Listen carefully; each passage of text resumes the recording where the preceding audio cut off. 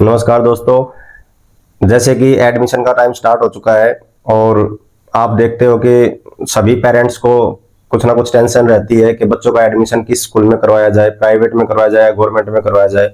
और अगर जिस भी स्कूल में आप करवा रहे हो तो वहाँ पे क्या क्या फैसिलिटीज होनी चाहिए उसके अंदर, तो उन चीज़ों के ऊपर हम थोड़ा सा डिस्कस करेंगे आज। और ये वीडियो बहुत हेल्पफुल होने वाली है बच्चों के लिए भी और उनके पेरेंट्स के लिए भी। सबसे पहले तो हम बात करते हैं कि गवर्नमेंट स्कूल और प्राइवेट स्कूल के अंदर बेस्ट कौन सा रहेगा।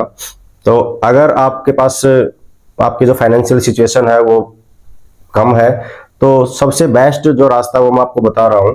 आप अपने बच्चे का गवर्नमेंट स्कूल में एडमिशन करवाइए और गवर्नमेंट स्कूल में एडमिशन करवा के उसके बाद जो पैसा आप प्राइवेट स्कूल में देने की सोच रहे हो बच्चे के एजुकेशन के लिए, उसमें आप एक अच्छा सा है ना ट्यूशन उसका हायर कीजिए, अच्छे से अच्छा।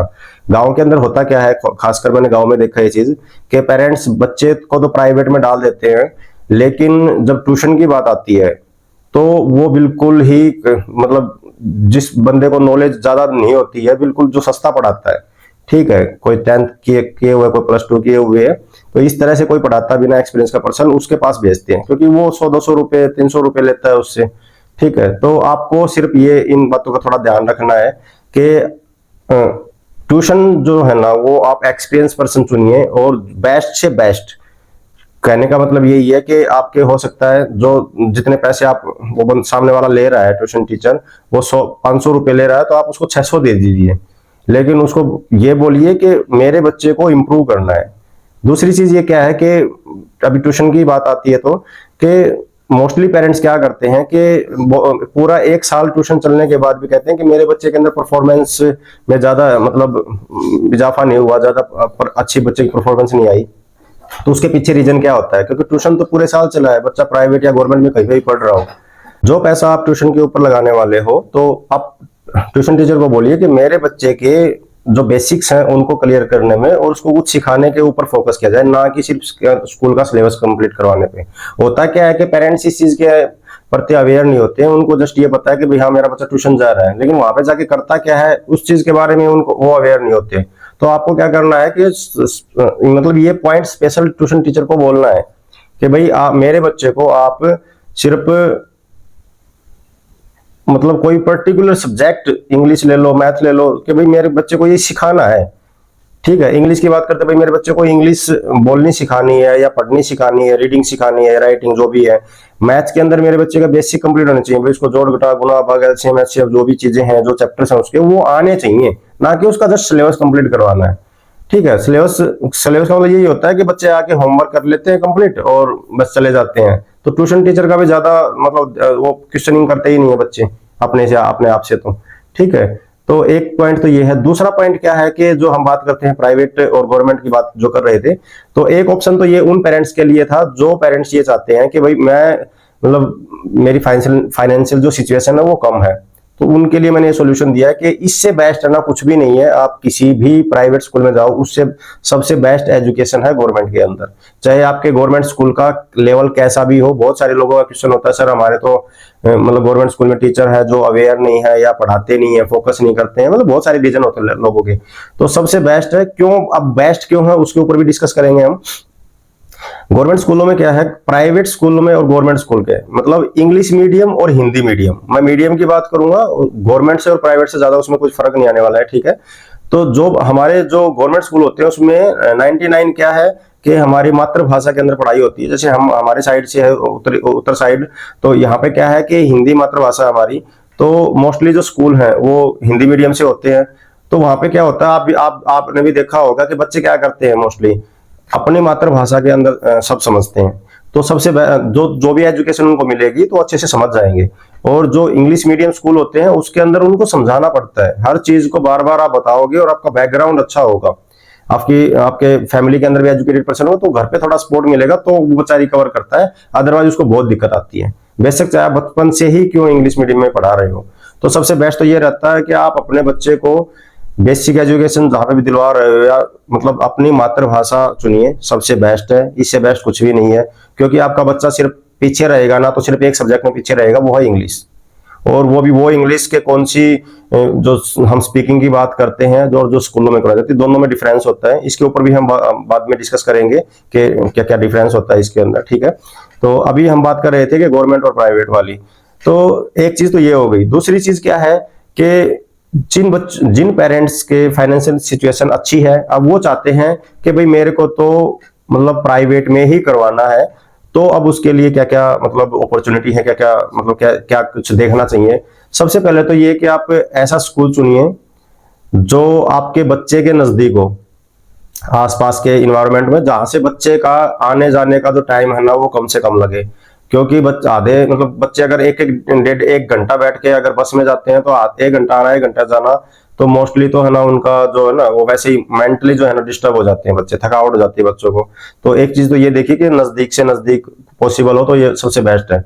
दूसरी चीज किस चीज के ऊपर हमने फोकस करना है कि बच्चे जो है ना स्कूल के अंदर जो किताबें हैं वो मीडियम लेवल की होनी चाहिए, ना कि बहुत अपर लेवल की। अब पेरेंट्स क्या होता है, जितने मतलब सभी की इच्छा होती है कि मेरा बच्चा जो है ना ऊंचे ऊंचे जो बिल्डिंग्स बनी हुई है या जो बड़े बड़े शीशे चमकने वाले स्कूलों में वहां पे डेकोरेशन वगैरह बहुत अच्छी है, फैसिलिटी बहुत अच्छी है, मैं मेरे बच्चे को वहां पे एडमिशन करवाऊं, ठीक है। लेकिन रियलिटी कुछ और है, एक एजुकेशन और एक एक्स्ट्रा एक्टिविटीज। तो वहां पे वो एक्स्ट्रा एक्टिविटीज तो आपको बहुत सारी मिल जाएंगी जो उनकी लाइफ में काम आएंगी या नहीं आएंगी, वो भी मिल जाएंगी आपको, ठीक है। कोई आपको फ्रूट काटने सिखा रहा है, वहां पे कोई सब्जियां काटने सिखा रहा है, कोई आपको रंगोली वगैरह, मतलब पता नहीं क्या किस किस तरह की एक्टिविटीज एक्स्ट्रा होती रहती हैं उनके अंदर। एक आती है मेन, जिस चीज के लिए आप भेज रहे हो वो है एजुकेशन। तो अगर आप एजुकेशन के लिए, सबसे मेन जो पॉइंट है, अगर आप अपने बच्चों को एजुकेशन के लिए भेज रहे हो स्कूल के अंदर, तो वहां पे अपने स्कूल में क्या क्या चीजें देखनी है, किन किन चीजों के ऊपर फोकस करना है, उन पे मैं थोड़ा सा मतलब आपको कुछ पॉइंट बताऊंगा। और हो सके तो किसी भी स्कूल में जाओ तो इन चीजों को जरूर आप नोटिस करना।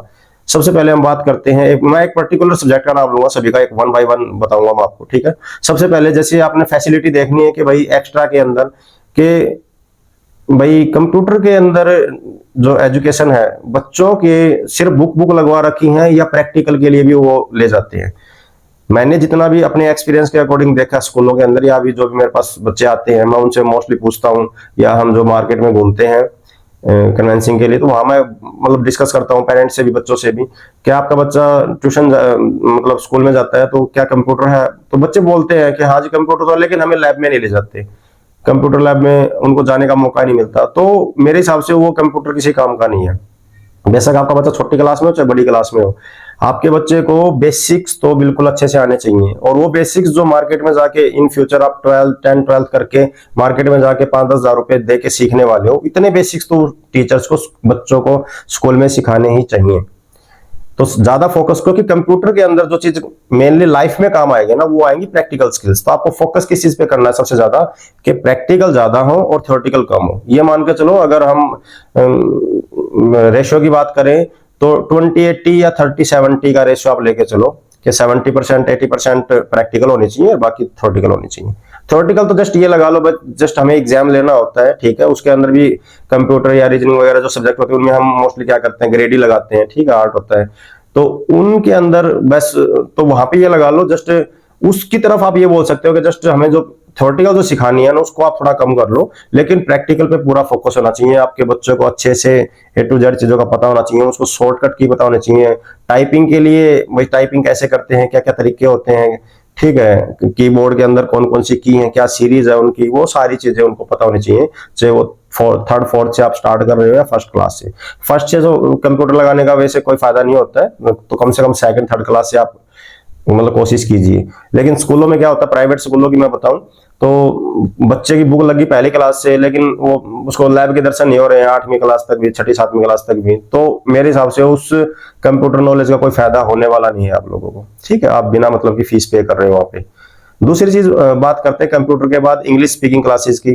तो अपने यहाँ अपने साइड में इंग्लिश स्पीकिंग क्लासेस तो मोस्टली मैंने बड़े बड़े प्राइवेट स्कूलों में भी नहीं देखी है, जहां भी मैंने टीच किया पिछले 10 ईयर्स के अंदर। तो होता क्या है कि अभी पेरेंट्स को भी नहीं पता है। अभी आप किसी से डिस्कस करोगे कि किस चीज आप किस पॉइंट के लिए, किस चीज के लिए आप बच्चों को प्राइवेट स्कूल में भेज रहे हो, तो उनका पहला पॉइंट तो यही होगा कि भाई मैं इंग्लिश के लिए भेज रहा हूँ, क्योंकि अभी जो जमाना है वो इंग्लिश का है, तो बच्चों को इंग्लिश आनी चाहिए। लेकिन भैया कौन सी इंग्लिश आनी चाहिए, पहले इसको तो पता कर लो। तो जो हम जिस इंग्लिश के लिए हम स्कूलों में भेजते हैं ना, एक्चुअली में वो इंग्लिश स्कूल में करवाते ही नहीं है। सब जो है सिर्फ सिलेबस कंप्लीट करवाते हैं, चाहे उसको उसका मीडियम किसी में अप हो जाता है, किसी में हाई हो जाता है, किसी में बिलो हो जाता है, किसी में हाई हो जाता है। बस इतना ही फर्क है और ज्यादा कुछ नहीं है। स्पीकिंग का मतलब ये है कि भैया आपका बच्चा अपनी मर्जी से कुछ 5 लाइनें 10 लाइनें बोल सके, अगर उसको अब उसको जरूरत पड़े इमरजेंसी में। मैं ये कहता हूं भाई इमरजेंसी में अगर आप मत बोलो, कोई दिक्कत नहीं है। मैं इंग्लिश टीच करता हूं, लेकिन मैं इतने ज्यादा बोलता नहीं हूं। मेरे को अपनी मातृभाषा से प्यार है, ठीक है। क्यों? क्योंकि मैं अपनी जो फीलिंग है ना, उसको मैं मेरी भाषा के मातृभाषा के अंदर मैं अच्छे से सामने वाले को कन्वे कर सकता हूं। तो इसका मतलब क्या है? तो मैं हिंदी को प्रेफर करूंगा। तो जिसकी जो मातृभाषा उसमें बात करो, आप, कोई दिक्कत नहीं है। जिसमें आप कंफर्टेबल हो ना, हमें भाषा वही बोलनी चाहिए, दूसरी जो सामने वाले को समझ में आ जाए। अब मैं बिना मतलब, जहां मेरे को जरूरत भी नहीं है, सामने वाला मेरी बात समझ नहीं रहा है और मैं उसके सामने इंग्लिश झाड़ूंगा, तो उसका कोई फायदा नहीं है, ठीक है। तो एक चीज तो ये ध्यान रखनी है। तो इंग्लिश कौन सी अब बात करते हैं। इंग्लिश वो जो 10th 12th के बाद जब शहर के अंदर जाके आप किसी भी स्पीकिंग इंस्टीट्यूट के अंदर जो जाके जो इंग्लिश सीखते हो ना, वो वाले मेथड्स आपको सिखाएं किसी स्कूल के अंदर, तो आप मान के चलो कि आपके स्कूल में इंग्लिश स्पीकिंग क्लासेस होती हैं। वरना जो सिंपल तरीके जो आप सीखते हो ना, ग्रामर आप रूल रटते हो, subject plus verb plus object वाले जो सिंपल आपको करवाते हैं, कि जिसमें आपके मान के चलो मैं आपको एक सिंपल लाइन भी इंग्लिश हिंदी की बोलूं, और आपको उसको बनाने के लिए आपको 5 मिनट सोचना पड़े कि इसकी इंग्लिश क्या बनेगी, या इंग्लिश बोलो तो उसकी हिंदी क्या बनेगी। तो मेरे हिसाब से वो इंग्लिश किसी काम की नहीं है। आपका बच्चा बेशक चाहे कितना ही इंटेलिजेंट हो, क्योंकि हम उस चीज से निकल चुके हैं। हम भी इंग्लिश मीडियम में गवर्नमेंट में है, मतलब सारे मोस्टली स्कूलों में पढ़ भी चुके हैं और पढ़ा भी चुके हैं। तो वहां पे सिचुएशन क्या होती है कि पहले बच्चे पेरेंट्स को भी नहीं पता होता, और जस्ट पेरेंट्स से पूरा पैसा ले लिया जाता है कि हमारे पास ये फैसिलिटी है, हम स्पीकिंग की है। लेकिन स्पीकिंग कौन सी? स्पीकिंग ये वाली जिसमें आपके बच्चे को बोलना आए, ना कि वो सिलेबस कंप्लीट करे। अगर आपका बच्चा अपनी मर्जी से कुछ कन्वर्सेशन कर सकता है, या ट्रांसलेट कर सकता है इंग्लिश टू हिंदी या हिंदी टू इंग्लिश, या जो भी उसकी मदर टंग है, तो आप समझ लो आपके बच्चे को इंग्लिश आती है। अदरवाइज आप भ्रम में हो कि भाई मैं इतने 1000 रुपए या लाखों रुपए मतलब स्कूल में दे रहा हूं और मेरा बच्चा इंग्लिश जान रहा है। रियलिटी यही है कि आपका बच्चा 12th पास कर जाएगा, लेकिन अपनी मर्जी से ना वो 10 लाइनें भी नहीं लिख सकता।